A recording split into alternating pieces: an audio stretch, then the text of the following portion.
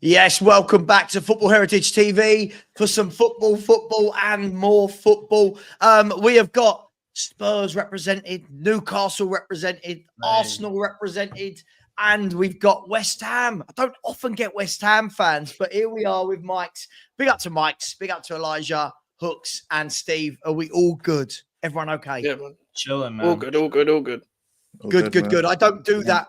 Going round for 5 minutes and having a chat and seeing if everyone wants to talk about their mortgage. Allow that, man. I've got no time for that. Guys, listen, lots happening at the moment. Look, it looks like the title race is done by no offense, by hook or crook. It looks like it's done. It looks like Tottenham, West Ham and Man United are all in a fight to see who can be the just above the relegation zone champions, if you will.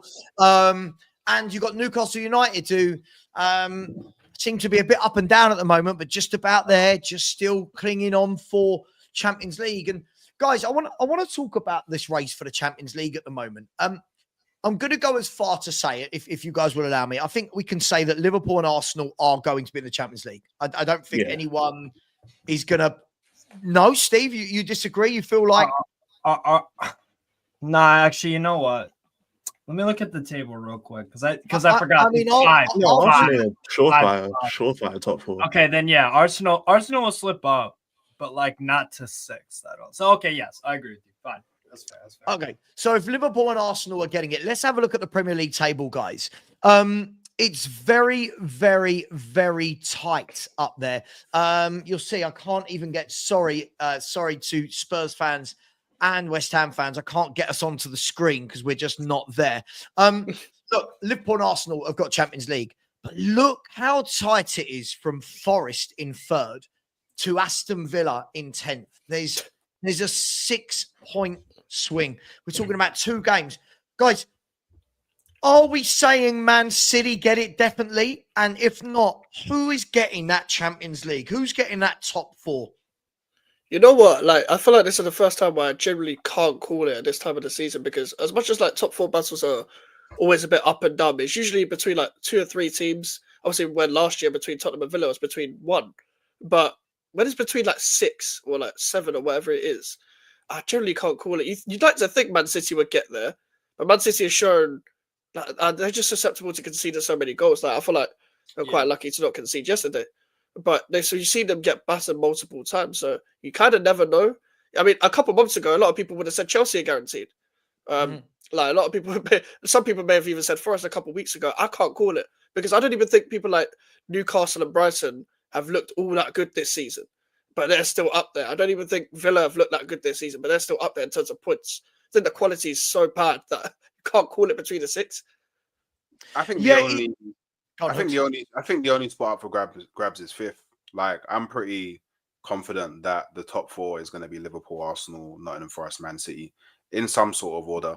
I think the only place up for grabs is the 5th spot, which I currently am flirting with the idea of Newcastle or Bournemouth. But I feel like that's because I want it to be Newcastle or Bournemouth, not because it really will be. But yeah, I can see maybe Brighton having a late charge. There's really not too many points between 5th and 10th. Like, even 5th and 11th, there's not really too many points. So, Hooks, let me ask you. You said that you feel like Forest are a guarantee. I've seen... Hooks, you're on a show with me once a week. You're on a battle show, right? And you'll know I said this just over a month ago. I feel that Forest are going to drop out the top 7 completely. I said that then. People laughed. I think now we're starting to see some cracks. They've not won for 3 games. They're not used to being in this position. Why are you so confident that they'll get it?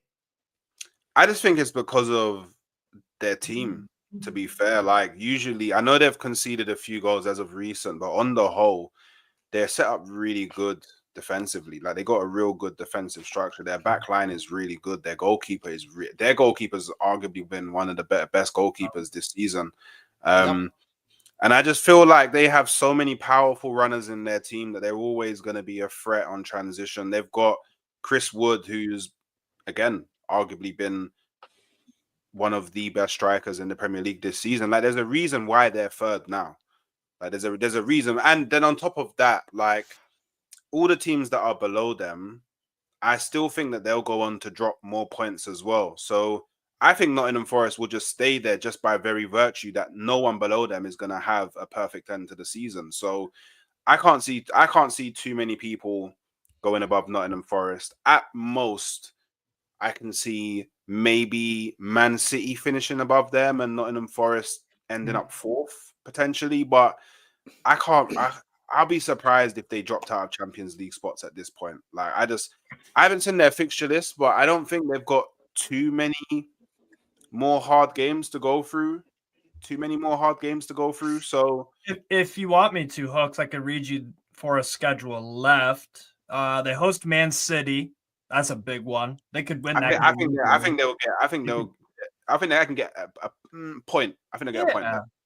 Positive away to Ipswich, you favor them to win. Yeah, Man United, you favor them to win. Yeah. Away to Villa, draw. And I think they'll win that. They host Everton. You'd think they'd squeak it out. Away to Tottenham. I think they'll win that. Host Brentford. Away to Palace. I feel like you're reading that out. I'm looking at some of those games and going, oh, I'm not sure. Like City, Villa, Everton are no mugs at the moment, are they? Everton are being really hard to beat. Anyone else on the panel? Is anyone sharing Hooks's opinion that Forest are going to get fourth, or anyone closer to my opinion that they're not going to get top 7 at all? I think you'll see a drop off from them, but it won't be too mad. I feel like the lowest they can finish for me is like 5th. And the reason why I say that is because when you look at the teams around them, like Bournemouth are well coached, but they ain't always got the final third quality to put games away. Villa haven't been that good this season. Newcastle, even when they win, haven't been that great this season. That's at all. Like even when they started like winning at the start of the season, they weren't performing well. So you kind of never know what you're going to get with like a team like Newcastle. I just feel like Forest are maybe just about more consistent than the other teams around them. Maybe Man City are starting to come through in terms of their consistency, but in terms of the likes of Brighton, Bournemouth, Villa, etc., they're still going to be more consistent than them. And Villa got Europe that's going to hold them down a bit. So maybe Villa also have a little bit, yeah. And like also like I just think Forest is just a bit more of a team than everyone else right now. I feel like even though I do agree though, Forest are slipping up a little bit in terms of performances, they're just a bit more consistent than the others. Like they'll just about get just enough more points because they have more final third quality than most of the other teams around them, apart from City. I mean, they've only won, by the way, guys. They've only won 1 in their last 5 league games. So they've got one win in 5 league games. Elijah, where are you at? Because for me, I'm going to be really boring, I'm afraid. I'm going to go for probably the more traditional. I think it's going to be Liverpool from Arsenal, from City, from Chelsea. Cream rises. Where are you at with it? I kind of agree with it. I think Newcastle will probably get. So they might get top 4 maybe. I'm not too sure about Chelsea. They've just been on free fall recently. I know they just beat Southampton, but it's Southampton. Even we beat Southampton, so I'm not really looking at that like too much of a game changer. Because after Southampton, we didn't win for what felt like 10 years. But I think Nottingham Forest will probably get Europa League football. I think they're just going to drop off. They've had a great season, and Europa League is still a great season for Forest, but they're just, in terms of just quality, eventually the steam's going to run out, and I think it's going to happen towards the end of the season. We're seeing it a bit now. I think teams like Bournemouth will start to maybe falter a bit as well because they like to play high-intensity football like us, and eventually something's going to happen with Bournemouth in it. So they're going to eventually drop down. I don't trust Brighton at all. I don't think Brighton are going to keep up this kind of level of consistency. So, yeah, I think Forest will end up dropping out. City will probably make it, and it's a toss-up between Chelsea and Newcastle, but I think Newcastle will probably beat Chelsea to a 4th spot. We host what's it called? We host Chelsea at St. James's Park, like one of the last games of the season. You will beat them. So we play. Yeah. We host Chelsea. It's the 3rd last game of the season. Yeah, you'll beat Chelsea then. So yeah, if that's a decider at that point in the season, you will get it over Chelsea then, in my opinion. It's an interesting one, isn't it? I mean, look, as I said, it's really, really close. But look, we all know that the title's done now, right? We all know that the Premier League title is done. It's going to go to Liverpool. Look, Hooks, obviously, I know your opinion from just now. Everybody else, I'm sure you probably agree that Liverpool, unless they have an absolute monumental collapse. What have we all made of it? Has there been a title race? Is it more boring when it's like this? You know, like with 11 games to go, one team's 13 points clear. Does it make the Premier League more exciting, or is it all a little bit of a damp squib? Difficult to call that. Like, I feel like the Premier League ain't been mad exciting like that when it comes to like title races for a little bit. But at the same time, bias aside, like it is a bit boring when a team is just running away with it at the end if I'm looking at it from a neutral angle. But at the same time, like it's whoever is. I feel like because Liverpool and Arsenal both didn't invest in January, like Liverpool just to show they have a bit more of a ready-made squad than Arsenal, and that's just pretty much it. There has been a title race. It just Arsenal could have stepped in a bit further if they actually invested a little bit. But also, it's okay. I know injuries come into play. I know people are going to say like VAR and all that nonsense, but like this is the thing. I don't know whether it's less exciting, but it's just in case if you're taking all your bias out, you're looking from a neutral angle, you kind of want two teams to go to their end and still fight for it at the same time. But that's all like storyline stuff as well from a neutral angle. But I don't know, man. I just feel like it's more disappointing depending on who you actually root for. Because nobody's actually taking their bias aside. If you're not in the title race, you're usually looking at who would you rather win it? Who would you rather not hear from as well? Are Liverpool 13 points better than Arsenal? Yeah. No. I think so. In terms of what? If you're talking about in terms of just football, like playing football, then yeah, because Arsenal played the most boring football ever. But in terms of squad for squad, like if everyone's healthy, not 13 points, I don't think so. No, not in terms of squad, in terms of quality, maybe. In terms of quality, then yeah, definitely. Because I mean, Liverpool are just better. But in terms of squad for squad, I don't know, man. We're being a bit disingenuous here because remember we was 9 points. We was 9 points ahead of Liverpool last season. They made no changes to their squad. We made a few changes to ours. But all of the players that made our squad 9 points better than their squad last season didn't leave. I'm talking about quality in terms of the way you play football. The way you play football is different because like for me, like last season. Like, but what the difference is the manager and the players that have stepped up for Liverpool. Like, I don't know, like for me, yeah. Like the only reason that Arsenal aren't really saying too much in this title is because of Arsenal. Like it has absolutely nothing to do with Liverpool. Like, yeah, Liverpool are doing their thing, but we was doing our thing until we wasn't. So like all of the misfortune that we have is on our own backs. So if we just did better and didn't make certain stupid mistakes along the way, we wouldn't be 13 points behind them. Like there's been points across this season where Liverpool have dropped points, and if we capitalized, we would have been much closer, but we dropped the ball. Like, so I don't know how people can sit here and I think it's. Is their squad better than yours, Hooks? Let me go from that angle. Is their playing squad better than Arsenal's? I think that they've got. I think like they have the one thing that we don't have, which is world-class players. There you go. And I think that's the So yes is the answer to the question, right? You feel like the answer is yeah, but so it is, like there's certain areas that, like for example, I think Gabriel is a better defender than Konate. Like, do you know what I mean? Like, I think how big's the gap, bro? How big's the gap? Let's say Gabriel's a 9. Is Konate and then Konate's an 8. Like, if Gabriel's a 9, Konate is an 8. Right. Like, I think that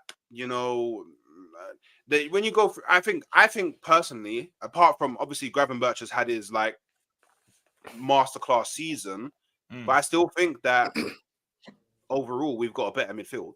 Like I still think our midfield is better. I don't think there's too many midfields in the world that's better than Partey, Rice, and Ødegaard. Like Partey for me is one of the best midfielders in world football. And he's playing in midfield though. Still now that's though. the problem.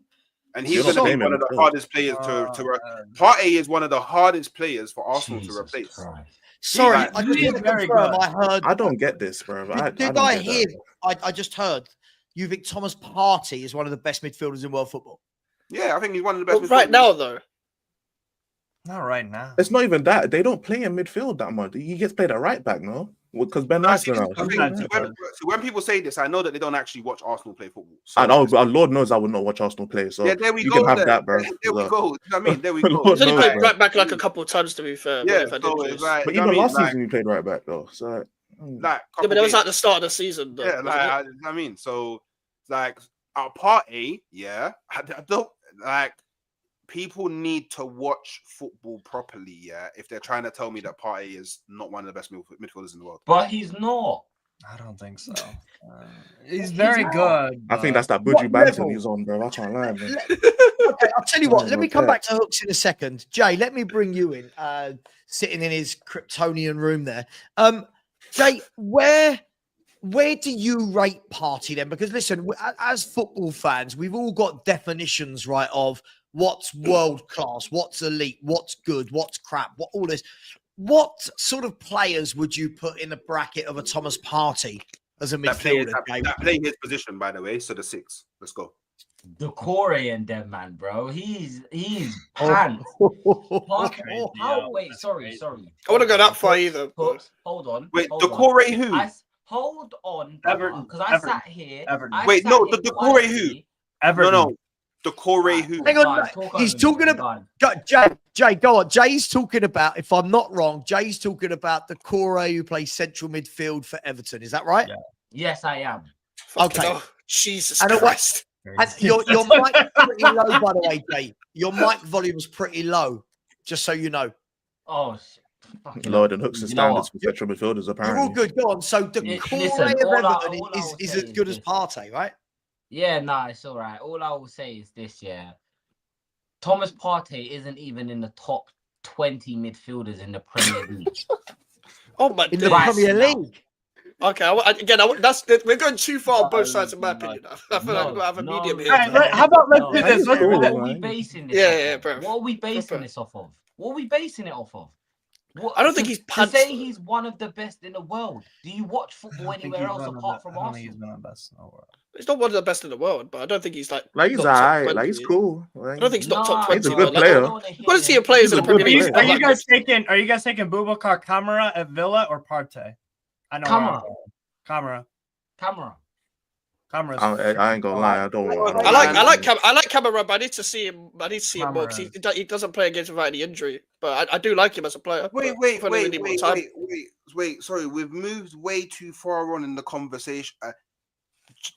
Black, I need you to look into the camera without blinking. Yeah, the Core from Everton is better than Thomas Partey. Yeah, we go. No, not absolutely. I need you to say. Decore from Everton is better than Why Thomas are you blinking? Why are you Partey. blinking? No blinking. Decore from Everton is better than Thomas Partey. I'll go one step further. Wow. Thomas Jesus Housewarming Christ. is not what I'll you go think he is, one bro. I ain't gonna step lie, further. bro.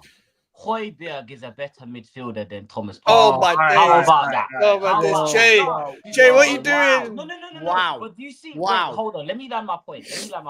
Do you see how easy it is to say something and sound like an absolute buffoon about Thomas Partey, the best midfielder? It's like the halftime man himself, bro. No, wait, but Thomas.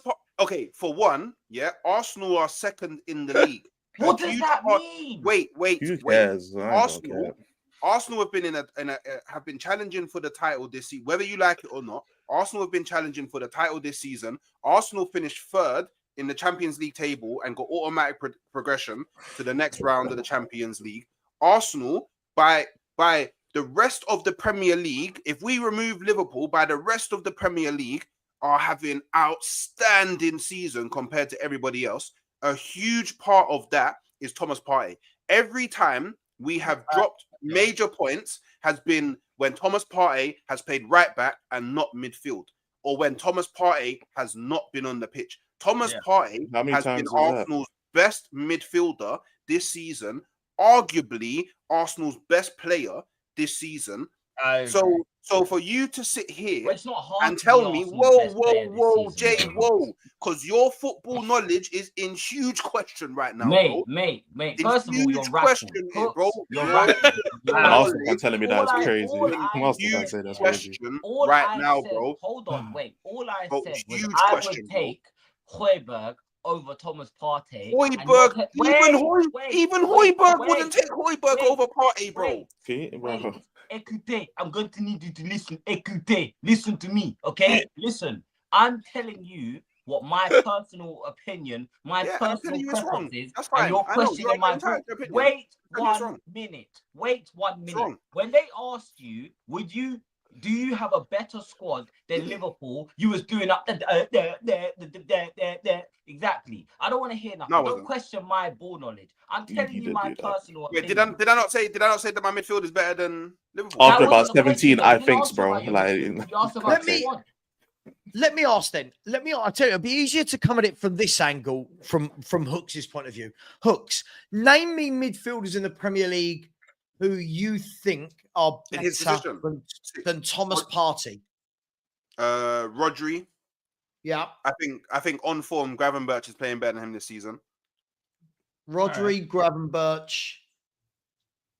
Just those two? I would say Caicedo currently playing better than Partey. Okay. Overall, I think Partey is better than Caicedo. Overall, okay. I think Partey is better than Gravenberch, but I would say this season they are playing better. So when you said he's one of the best midfielders in the world, if I turned around to anybody, and I'm going to take Rodri out because for maybe I think Rodri's the best player in the world. That's just my opinion. I just think he's superb. But if I sat there and said Gravenberch and Caicedo are two of the best midfielders in world football, what would you say? They currently are, though. In world football, Gravenberch and Caicedo. Does Gravenberch stuff for Real Madrid? No, to be fair, it said one of the best, not the best, though. If we're exactly, like, yeah. So outside of Real Madrid, like, are we saying that they're better? Like, they're not performing for most teams right now, like Gravenberch and Caicedo on form. I'm just here to ask questions, Mike. That's all I'm here to do, mate. I'm here to ask questions. To be fair, though, when Hooks narrowed it down to sixes, think about the sixes in the world, like. So just because, if there's a shallow talent pool, what does that mean if there's a shallow talent pool? No, but I'm just saying, like, just because the level ain't mad doesn't mean it ain't true. Yeah, yeah, of course. So, like, if I say that if I say that Solanke is a top 5 striker in the Premier League, what does that matter when there's maybe 3 good strikers in the Premier League right now? Like, yes, he's top 5 technically, but if there's only 3 good strikers in the Premier League, for example, what does that actually mean? Saying someone's a top 5, like, you know what I'm saying? Like, what's the pool for certain positions? That's why you have to look at these. Like, the pool for certain players are different. Like, there's a lot more competition on wingers, for example, which makes what Salah's doing compared to other wingers so good. What makes what Vinny's doing, etc., etc. Because a lot of competition in those positions in terms of the people and the quality that play there. Hooks. Hooks. Would you take Thomas Partey over Tchouaméni? Yes. Okay, I wouldn't right now. I'll be real. I wouldn't right now. In the 6, 100%. Is what it is. But it's an interesting one, isn't it? It's an interesting one. Look, how close to Rodri would you say Partey is? Let's say Partey, or sorry, I would say Partey now. Like, he's like, if Rodri is first, well, in my opinion, Rodri is the best in his position in world football. I would say maybe off the top of my head, Partey would rank 5th, 4th, 6th. No, so if Rodri's like a 10 out of 10, what would you think Partey is? Basically? Oh, if Rodri's like a 10 out of 10, then I would say 7.5, 7.8. That's not too crazy, though, to be fair. That's not too crazy. So. Yeah, it's not bad. But can I ask, though, where does Rice fit in all of this conversation? Isn't Rice meant to be, You found his Mexican replacement. But for me, Rice has never been better than Partey. Ever. That's fair. Like, can I ask the non-Arsenal fans on the panel then, which are basically everyone other than Hooks? If I said to you right now, right, in the summer, you're going to get one of Arsenal's 2 midfielders. It's either going to be Partey or Rice. I'll start with you. I won't start with you, Mike, obviously because of the link. But Jay, if right now I said Tottenham could have Partey or Rice, forget that it's the Arsenal, Partey or Rice in your midfield next season, who are you picking? I think it's quite simple. Well, out of Partey or Rice, Declan Rice. Yeah. Okay. And I don't particularly rate Declan Rice. I think he's a bit of a crab, but I'll take him over Thomas Partey all day long.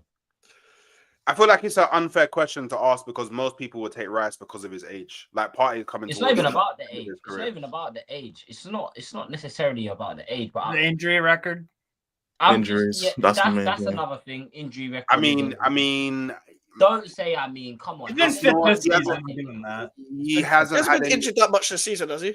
Not this season, of course not this season. But I'm not just gonna look at this season. And he wasn't injured last season. If you just look at this season as a body of work, then you end up with players like Richarlison, for example, because we looked at him off of one season and brought him in. This is why I'm using what I've seen of Thomas Partey as I've watched him at Arsenal, and I'm telling you, I prefer Declan Rice over Thomas Partey. That's my opinion. I mean, you're even talking about Thomas Partey when he first came to Arsenal. Very good. I don't care. He's not better than Declan Rice is now. Even when he first Partey when he first came to Arsenal isn't better than Declan Rice now. No. Disagree. Declan Rice. You see Declan Rice now? He's running the ball off the pitch. Just to protect your feelings. I know your heart's broken right now, so I'll put in my opinion. Steve. Yeah. So Newcastle, you could take Rice or Partey. I want to take out age. Just in their in their peak, Rice or Partey. I'm going Partey, personally. Okay. My, so my midfield three at Newcastle would be Partey, Bruno Guimaraes, and Sandro Tonali. Yeah, Tonali is cold. That would be decent. That would be freaking decent. Yeah. Okay. So we've got Declan Rice for Jay, Partey for Steve, Elijah. Are we saying right now or peak? I just assume they're both. 26 years of age. All right, if it's both in their peak, then I take Thomas Partey over Rice. He was better than Rice in his peak. Right now, I'll take Rice, but if it's one about who's just better player, Partey is better in my opinion. I'll take Partey. Okay, all right. And I respect. And what about you, Mike? Now, Mike, so you've had Declan Rice. He was the man. He was the star man. Who would you have if you could only have one, Rice or Partey? Yeah, if we're talking like if they're both the same age, I'd say Thomas Partey. I'd say Thomas Partey. Like, if it's right now, I'd take Declan Rice back, of course. But I feel like Declan Rice is also better at stopping counter-attacks, which is, I think, what West Ham need. But Partey overall, like, passing the ball in between the lines, like, he's a better passer from deep. And remember why he's called the Octopus? Interception Lord. Who called him the Octopus? That's what I mean. You man don't know. Hey, brother man Steve will be able to tell you about Partey at Atletico Madrid, bro. Oh my God, not a joke, bro. People forget. Sheesh. Don't let my name say Octopus, bro. I need to get to know him. Partey at Ghana, playing for Ghana, bro. He's different. To be honest, he's trash with Ghana. He's trash. Trust me, I'm a half Ghanaian. I watch Ghana games. He's not trash. I mean, that whole he's not good, bro. You can't pull that. You can't pull that over on me, bro. You know what I'm saying? Can't pull that on me, bro. He's terrible for Ghana. He is. I can't even remember how we got onto the Thomas Partey conversation. If I can't even remember how we even got there in terms of it was squad, right? It was who's got the better squad out of Liverpool and Arsenal, and we've gone on to a tangent of Declan Rice and Thomas Partey. Look, it's interesting, isn't it? I mean, just to round off any sort of Arsenal chat, guys. We've seen Arsenal second. Looks like it's going to be a triple second. Three-peat. At what point do they make the push, or do they drop off, or are they just going to continually be the second team? Because City will be better next year. You know City will be better next year.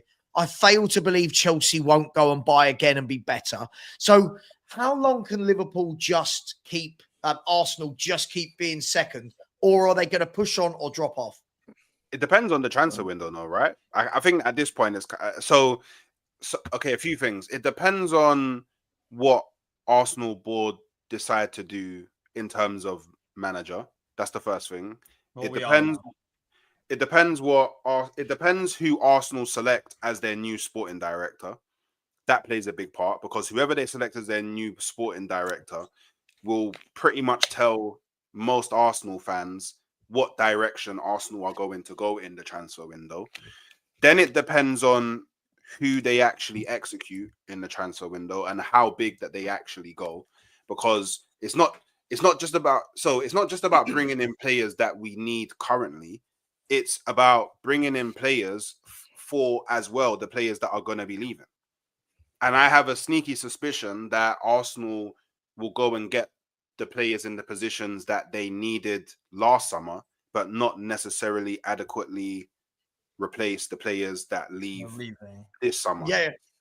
Because Arsenal tend to do this thing where they always leave you a bit short. They never go the whole 9 yards. There's always a piece of the puzzle missing. And I feel like that it may be the case, and that does really depend. But this is now my personal opinion. I believe if we go out and get, in my opinion, who I want is either Campos or Alabe. I'm fine with either.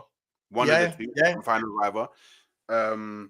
If we sign an out-and-out number 9, a left wing, potentially a left wing and someone that can play left wing and right wing.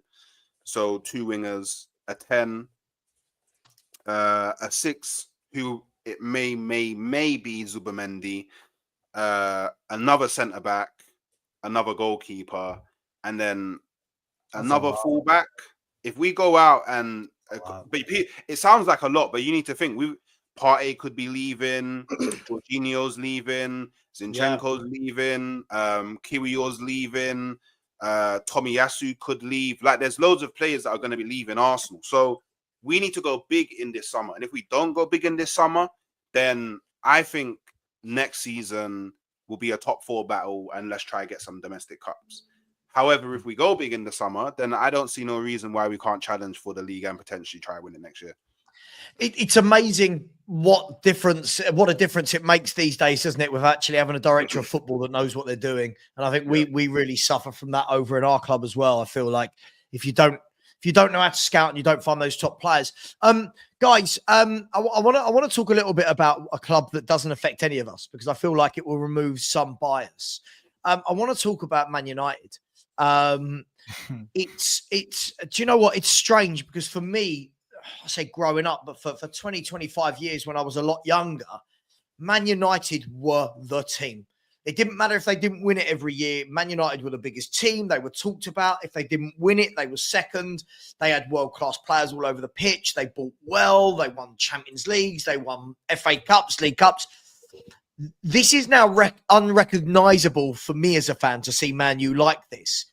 The Ruben Amorim thing, I've seen a lot of people talking about Ruben Amorim needing to be sacked. Are we in danger of falling into being very, very knee-jerk as football fans for a guy that hasn't even had a summer transfer window? Or is he just outright failing and should go? Can I be on? Oh, go on, man. All right. Can I be honest, yeah? I feel like it's very 50-50 when it comes to the players and the manager and the way Ineos move and stuff, because I don't believe Ineos are the right people to make moves at Man United anyway. But I feel like hiring someone like Amorim was one of the biggest mistakes you can make in the middle of a season. I don't think he's a terrible manager, but I think he's doing a terrible job right now. The reason why I say that is because with someone like he's doing fitting square pegs into round holes, and people can say, he doesn't have to play. He doesn't have to play us right now, and I get that because I was giving him a bly, and someone like a Dorgu who does fit into a system like weird start and plays well, then gets a red card, whatever. Agate knows his system, cool, whatever. He's all right, but I still feel like you can still make better team selections with the players you have. Like with the players you have at this current moment in time, you can still make better team selections where you aren't losing games the way you are. And I feel like with the point against Everton and just about being Ipswich, that kind of doesn't really pay a testament to how good his management is necessarily, but it's typical Man United where the players bail you out now and then, even though they don't turn up consistently over 90 minutes. So they will occasionally show the now and then quality they always have in like the odd game or the odd 90-minute performance. But they don't show it 90-minute week in, week out or anything. Now, Amorim needed to go or whether needed to stay, whatever, regardless, these players ain't good enough. I've seen like Bruno Fernandes there for years under multiple managers not perform at the highest level and be heavily overrated by Man United fans, for example. like the likes of Garnacho and Højlund, they ain't good enough. And we see what happened to Garnacho. He's already walking down the tunnel. It doesn't even feel like, you know, when a manager's like, you can see a manager's lost the dressing room. For me, it doesn't even feel like the manager's got the dressing room on side in the first place. And that's a big problem for me. I feel like he's still, again, as I said, it's when he needs to be sacked or not, he's not, for me, still getting the best out of what he has, despite the squad not being that good. I feel like it's just a balance of everything. And I feel like if you're going to hire a manager and place this specific formation, what's the point of hiring him in the middle of the season? But also, from his perspective, you knew what job you were getting into when you joined. So you can't really be complaining. I can't feel sorry for him. That's why I can't feel sorry. Part of me wants to feel bad because, yes, he wasn't backed. They kind of threw him into the deep end, but you're starting Rasmus Højlund every week. He's the worst striker in the Premier League. No one can name a worse striker on this panel than Rasmus Højlund. Let's be real. I welcome anyone that can name a striker worse than him. But Jay, do you think? Let me interject. Do you think though that he's asking? Like, I haven't seen him asking for sympathy. I've seen him saying, "This is a massive job." Like he said, "I know what I'm getting in for. This is a massive job. It's going to take me a while to turn this around."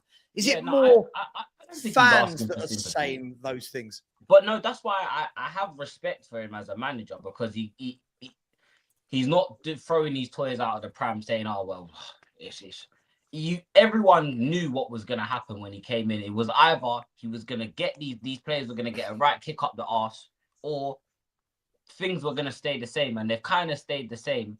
And I think a lot of it's down to the bad eggs in that team, the Brunos, the Højlunds, the Garnachos. I mean, I don't know why he's walking down the tunnel. He won't be missed, mate. Do you know what I mean? Like, it's simple things like that. And even when you watch them, it just looks like they've got 11 guys. It looks like Squid Games. They've just got random guys that have never met each other, and they've just chucked them on the pitch and said, "Listen, make something happen, please. Make something happen." There's no cohesion. I know everyone was talking about, I can see patterns of play. I don't see those patterns of play. I do not see them. And again, we can't even sit here and use injuries because who have they got out? Ahmad. Ahmad, can we be honest as well? Yeah, I know he said, "I know what job I'm getting into," but I don't feel like he did. I feel like he didn't think it was going to be this bad. Like, because he just saw Manchester United and thought, as much as I want to leave at the end of the season, or I would have preferred this at the start of the season, he saw like this might be my only chance to get to the Manchester United job, so he jumped in. But I don't really feel like he knew what he was getting into. He went against his gut. You don't go against your gut like that. Most of the time, your gut's right, man. And there's too much loyalty towards the Portuguese players in the team, like a Dalot and Bruno Fernandes, who aren't that good. Dalot and Bruno Fernandes aren't even players worth relying on just because you're from the same nation. Saying? And again, I'm more of a fence sitter here. I don't support Man U. I don't have a horse in the race. Am I right in saying here though that he didn't want to leave mid-season because there's been a lot of reports that apparently he's been told, well, look, you know, there isn't too much pressure this side of the summer, and then we're going to go in the summer and go big, because he didn't want to leave Sporting mid-season. I don't know. I'm just chucking it out there. Are we all judging a little bit too quick when he's got no tools that he needs? Because that squad is crap. If we're going to be honest, don't get me wrong, Don't get me wrong, it's a terrible squad. I've been saying it's a terrible squad for a long time, and he didn't want to leave in the middle of the season, but you still know what job you're getting into. It was more of a case of, I don't feel like I'm getting it. I feel like this is going to be my only chance getting into being a Manchester United manager, going from Sporting to Manchester United, even though I don't want to leave at this part of the season. And that's what I personally think. As much as the squad is terrible, and with or without Amorim, the squad needs to completely change. Even then, they're not going to do that because of their the way their financial issues are coming up at this moment in time, and it's going to take years to even just flip over that squad anyway. So regardless of whether it's going to improve or not, it's not going to improve by a lot, because they can get a couple players in. It's not going to change much, in my opinion. So with that in mind then, guys, if what Mike's is saying is true, and I don't disagree with him, that it's going to take a while to flip that squad and build it again, surely whoever goes into Man United, it can't be after 3 months people are breathing down his neck and saying, what's happening? Because surely it's about the long, when I say long term, by the way, I'm not one of these people who talks about 5-year projects, but surely we should be judging him when he's had a summer and we look at the first 10 games of next season and go, right, what are you building? What is it? What is your team? What is your team rather than what is Ten Hag's team and Dorgu? Yeah, Surely, but Savva, right? this isn't preseason games where we can do, because that's the lens you could view it in. Like, this is his long ass preseason, right? Sure, The sure. results, the pressure's not on you to win these freaking games, right? Like, just get something going, put your formation, put your formation down, coach the team how you want, how you see fit, etc., and get in the groove. And then the thing is, Savva, there's always pressure at Manchester United. If they're amazing, there's pressure. If they're not amazing, there's pressure to get better. I just think with Amorim, I don't know why he took the job. I think Man United need Amorim more than Amorim needs Man United. Let's be honest. He would have gone somewhere. He could have gone to a whole host of top European clubs in far better situations than Manchester United. Who knows? Let's say there's a hypothetical where Arteta, because he said last year, I was thinking about quitting. Let's say Arteta in a parallel universe, he does decide at the end of this season, I'm going to leave. And then Amorim does, I don't know, let's say quarterfinal in Champions League. They get beat by a better team, but play well. And they walk the Liga Portugal, because they would have if they kept him. They would have if they, I'm telling you right now. So I think he, and like Mike said, bro, this guy didn't want to leave mid-season, but Ineos were like, oh yeah, we need you right now, man. But like, doesn't that give him time then, Steve? Doesn't that give him credit in the bank? Like there's no time at Man United, Savva. Yeah, but I'm trying to challenge these social norms, right? And what I mean by that is that the hooks, let me come to you, right? Is I get it, right? Hang on, I've got a really good a fan of mine in the chat. He's called me a mug and then said something about my video about Arsenal failing. Oh, I know. You'll be all right. You'll get over it, man. Hooks, if I come to you, there's this social kind of thing, like, we all talk about, but the pressure at Man U, and Steve is 100% right. But isn't the fact that Man U, we talk about them like it's the Man United that I described from over a decade ago. It's not that Man United. And surely, Hooks, if every manager who goes in has this massive expectation on them within a year to get Man U to where they were, surely they're just going to go round in this loop for forever and forever, aren't they? They have been since Sir Alex. But they're destined to do that, though, because Manchester United isn't. See, this is this is the issue, yeah.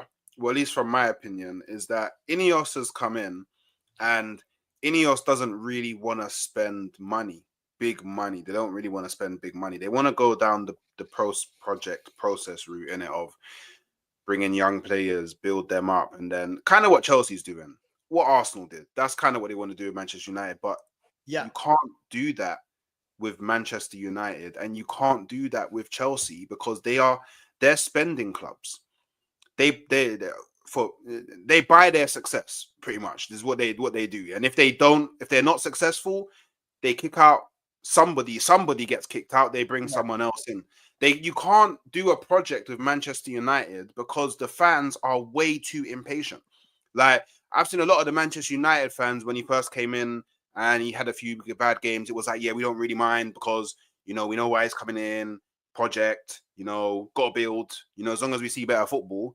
But now we're already getting to the point where there's already some United fans that full well knowing the situation that they're in, full well knowing that a lot of their players are crap.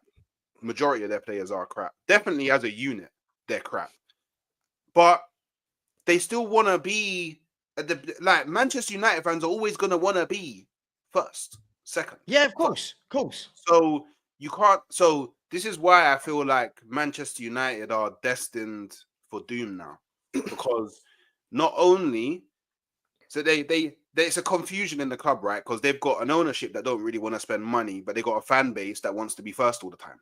Right, yeah. So the expectation versus reality, right? Yeah, it's expectation versus reality. Yeah, I get it.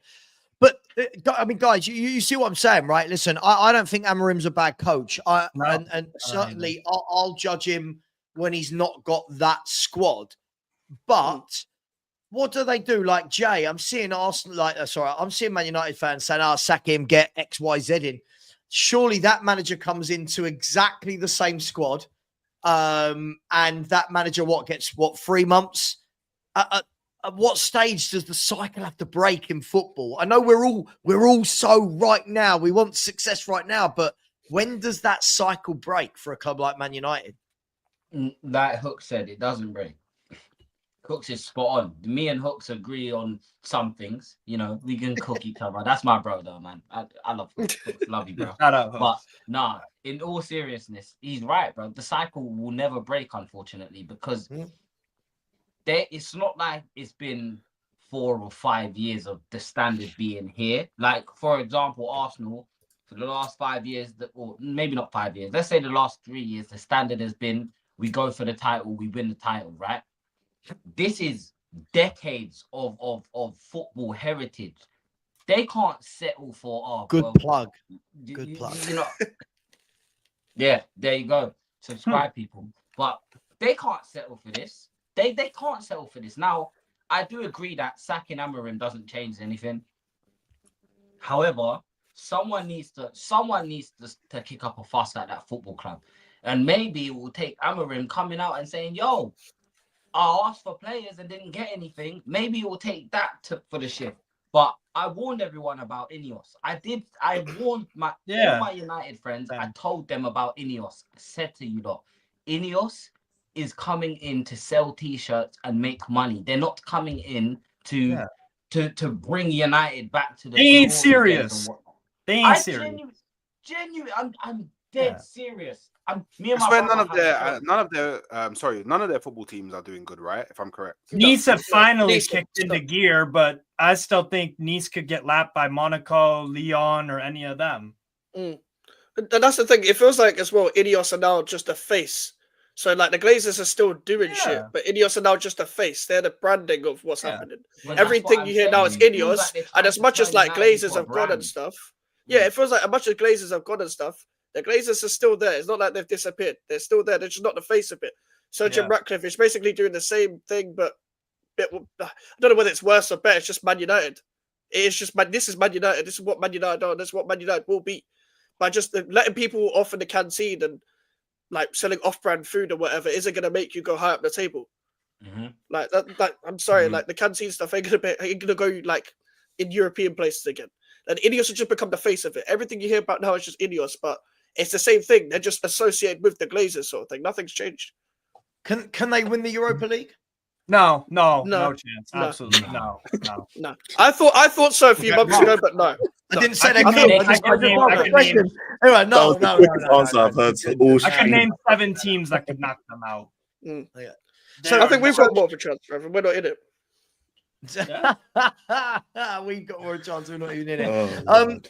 Okay, so I mean, Elijah, to wrap up Man United, Amorim should definitely have the summer, given a couple of 100 million, and see where he goes from there. Or are fans right to be calling for him to be going?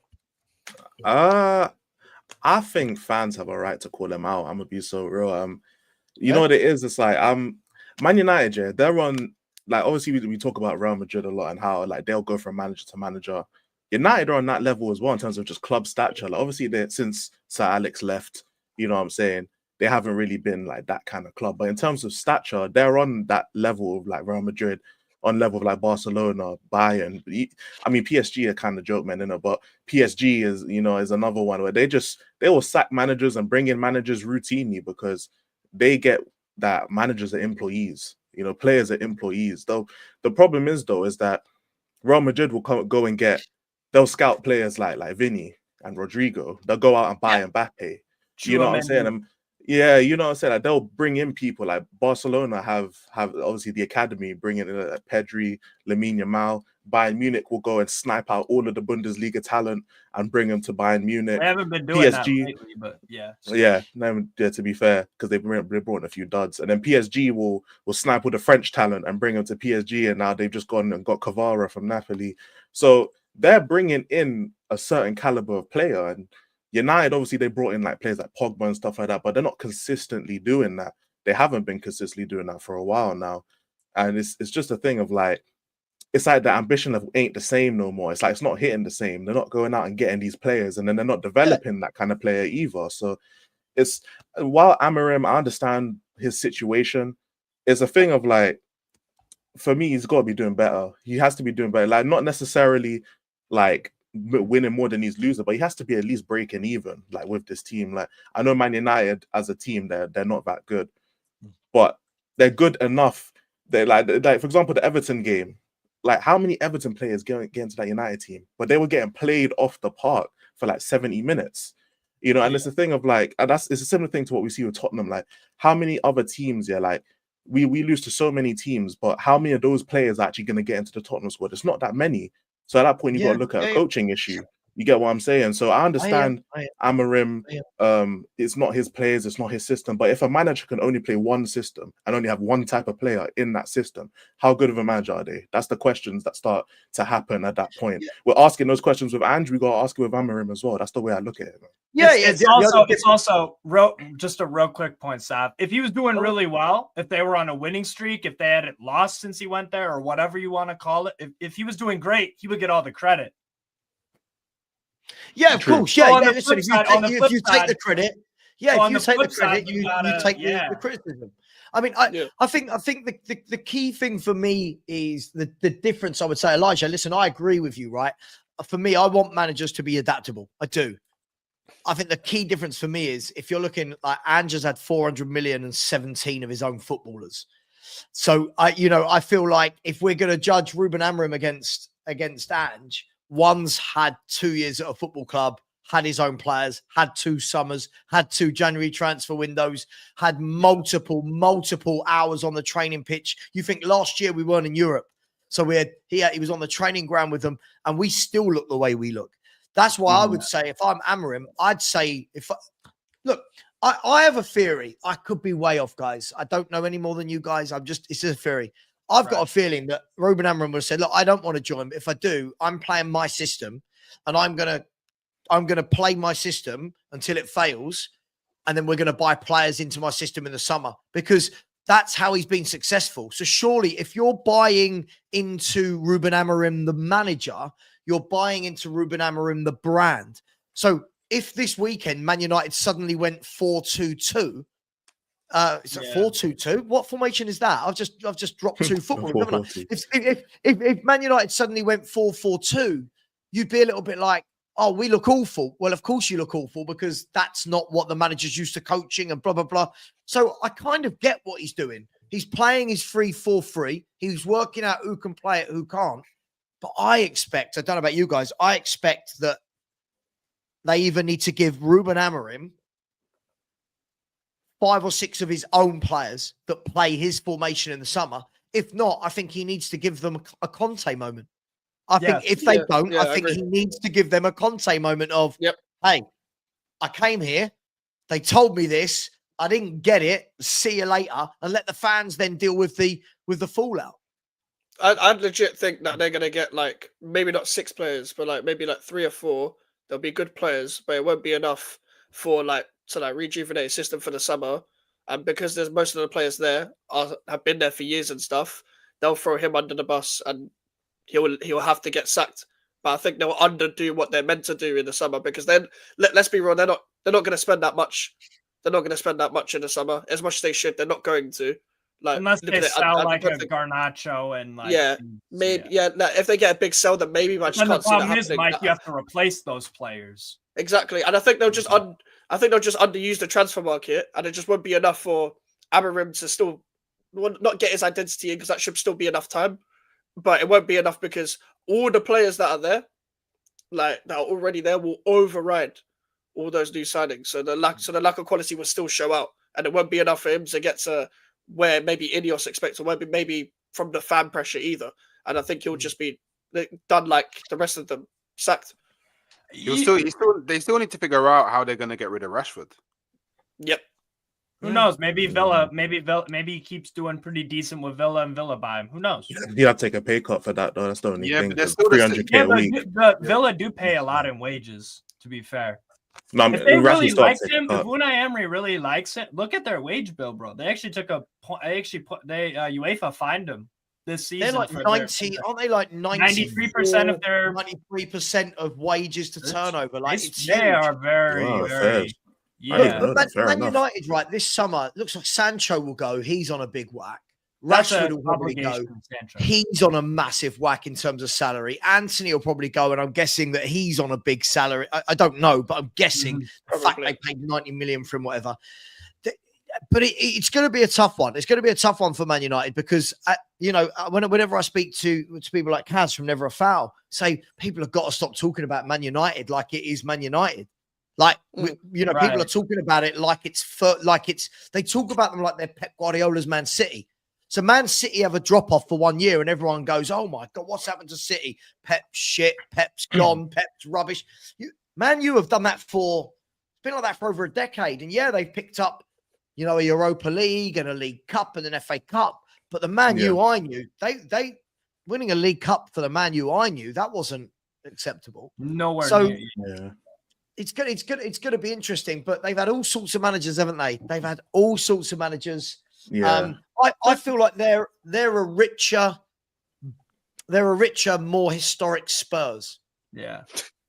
Would that be fair? They're incompetent, bro. That's fair. They're incompetent. Probably Vinius, yeah, probably. I think it's just I think it's important for United fans to not let their overall standards slip. So I feel like people might be too hard on Amorim, probably, but it's just a thing of like, if you let your standards slip too much, for managers, soon you'll have that mentality of you'll just take what you can get, and it's one of them things where it's like because Man United have had such a storied history, it's like if Man United start letting the standards slip too much, soon enough they'll be okay with just getting top four, and like obviously the OG United fans are gonna hate that because they're used to top four being the just get top four alone for Man United is a failure.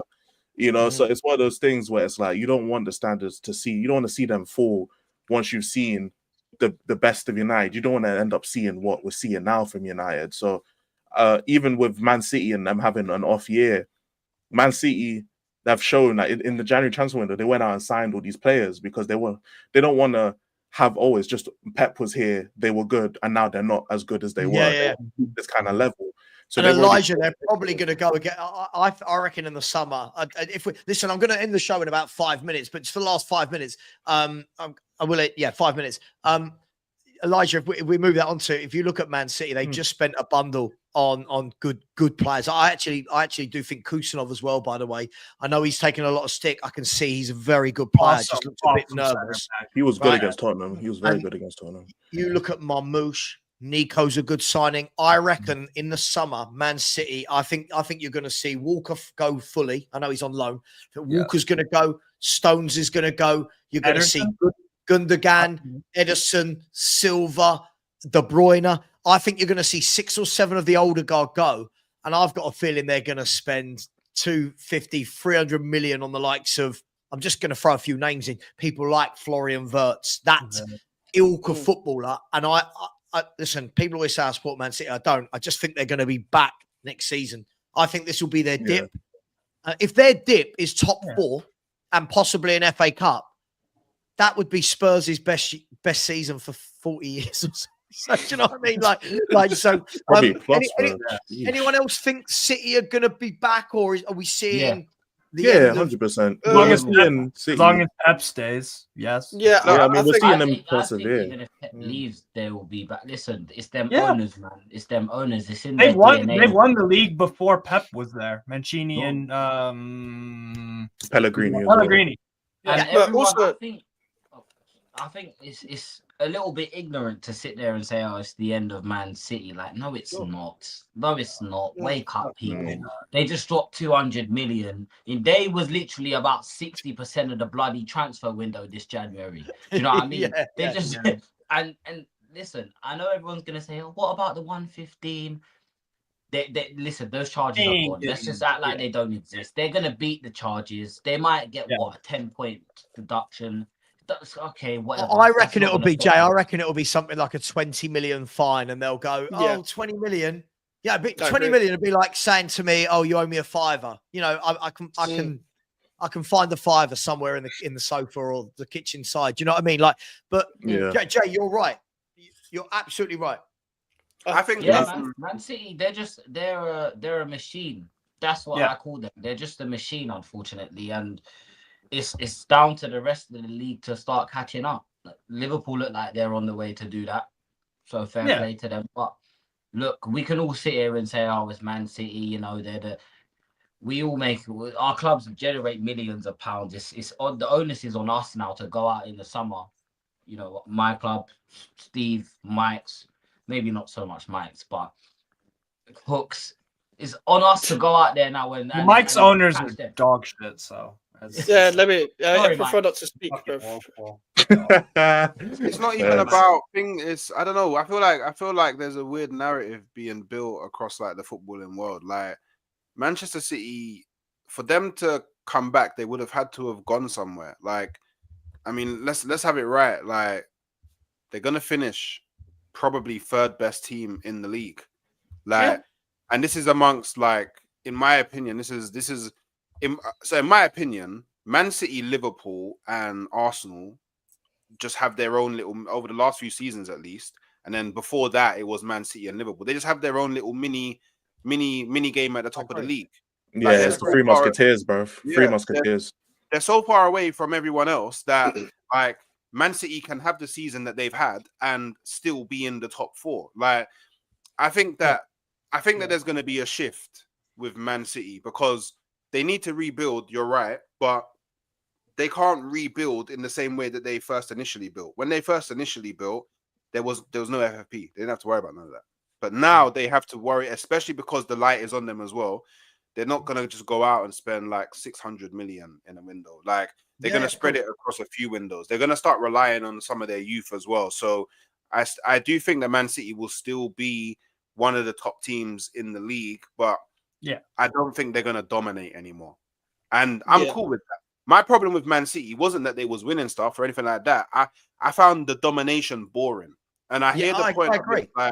It's on the other. It's the onus is on the other teams to stop them from doing that. But it's very difficult to stop Man City doing that when virtually everybody in their team is world class. There were points where virtually everyone in their team was world class. So and their manager's an all-time great. Yeah, and then the manager's our best manager alive. You know what I mean? So and their club is solely devoted to winning shit. Solely devoted to winning shit.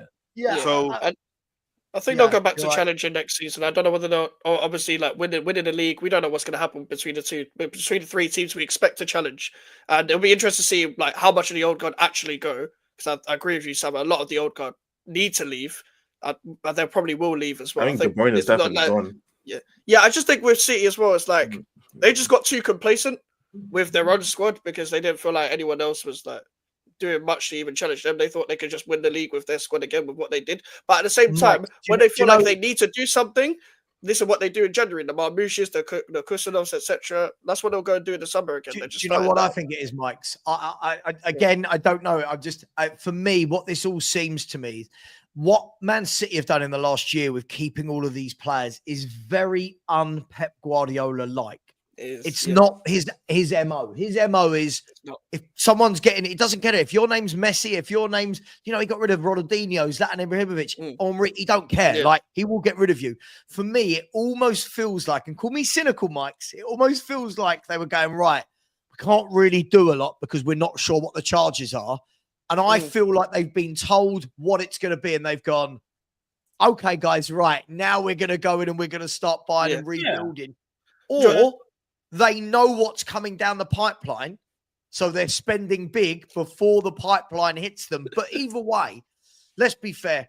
If you look at the outline of that team, if you look at Kusanov going in there now, you look at Diaz, you look at Vardiol, who's getting better and better and better. You look at Rodri, right? Phil Foden, Marmouche, Savio, Nico, Haaland. Oscar Bob's got to come back. All of it. When you look at these players, I still don't look at it and go, they're a million miles away. I just think they need some I think they need 3 or 4 new, fresh faces, some tweaks. But listen, guys, I am going to end the show there. I only wanted to go for an hour or so. Listen, absolutely love speaking football. I know everyone expects to tune in and just see Spurs from me. But when you speak about Spurs all day long, there's only so many times I can say "Ange out." I promise you, there's only so many times I can say it.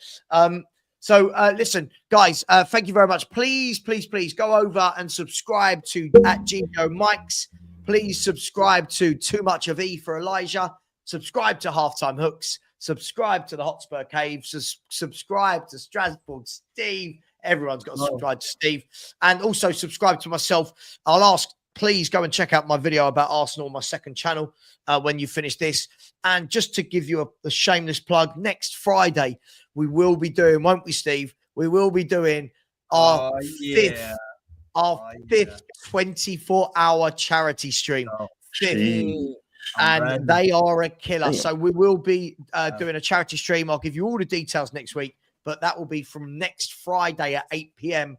through to the Saturday at 8 p.m. So it will include a Spurs game as well. It's all happening. It's all live. Thank you very much to the panel. Take care. And as always, Ange out, Levy out, Enoch out, and come on, you Spurs. Graham Potter in.